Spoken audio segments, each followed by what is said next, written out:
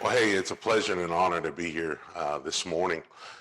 But what I want to focus on today is is that it's time that we become overcomers.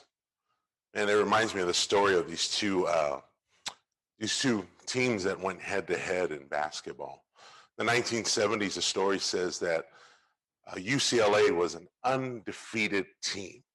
They were coached by a gentleman named John Wooden. And this story really grasps a hold of my heart when I think about it. Because in the 1970s story, will tell you that they were undefeated and nobody could beat them. I mean, if you read the history on it, you'll see that they produced such players as Lou Alcindor, who later became Kareem Abdul-Jabbar, Elgin Baylor, Bill Walton. And in the 1970s, they were unbeatable. Pretty much you can look at them as they were the Hollywood team of the NCAA. So in that year, they got their schedule. They saw a lot of tough teams and they practiced hard.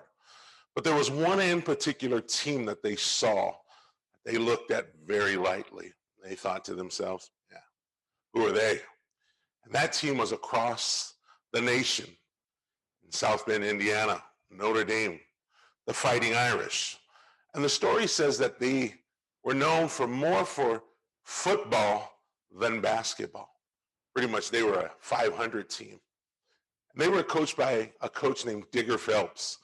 And Digger Phelps gathered his team together and he began to run them really hard.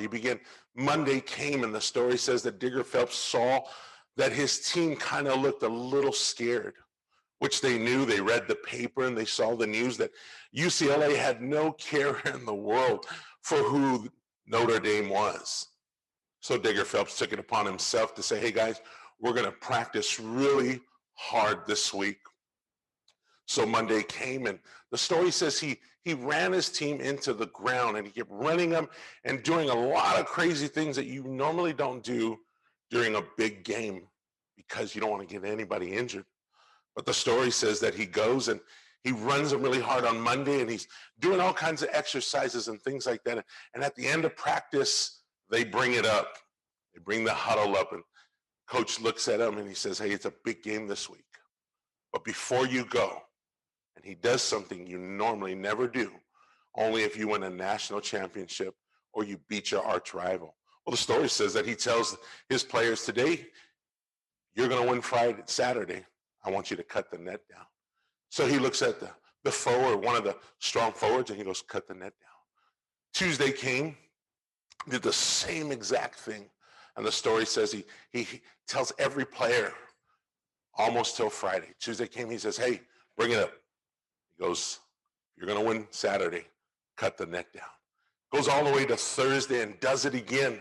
And he tells another person, hey, if you really believe that you're going to win Saturday, I want you to cut the net down. Man, there was only one guy left, and that was there was a shooting guard.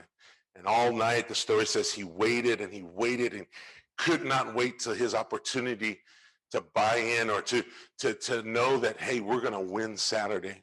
So Friday came and this young man began to pace around after practice and he was nervous. He said, I can't wait till I get my net. Well, at the end of practice, Coach Digger Phelps allows a team to disperse. And this one shooting guard says, whoa, hold on, coach, hang on.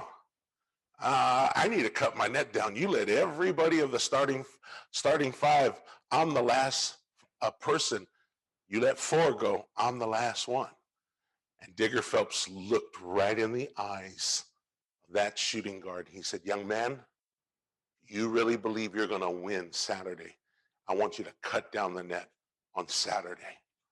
So the media made this big old thing about this game, how Goliath was going to swallow up David, and then the giant was going to come in and just defeat the little lamb.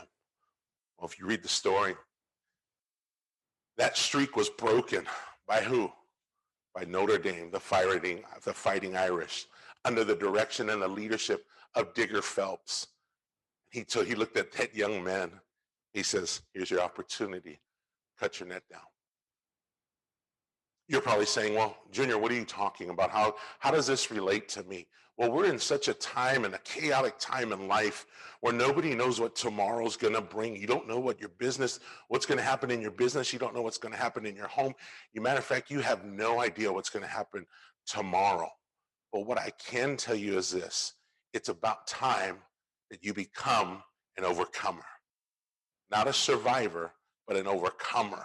A great friend of mine that I've known for years, he says this, he says, hey, and he tells a lot of friends the same thing too in my circle of influence. He says, greater is the thing that is inside of you than that is in your surrounding circle or your world. And that thing sticks with me. And I'm telling you, every person who's watching me right now, no matter what culture you are from, no matter what race you are, no matter what circle of no matter what your economic status is in your life, if you're watching this today, it's time that you become an overcomer. It's time that you look at your naysayers and you say, no, today is the day that I'm going to overcome the fear. I'm going to live my dreams and I'm going to overcome my fear. See, there's power in the statement that I just said. And I want you to know that today, that you create the world that you live in by the words that you speak. And so we're so excited that you're able to watch this today. And if it's one person who is watching today and that just says, you know what, Pastor Junior, thank you so much. Today, I want to be able to say to my world and my circle of influence, I no longer allow anybody to tell me I can't do it, just like Notre Dame.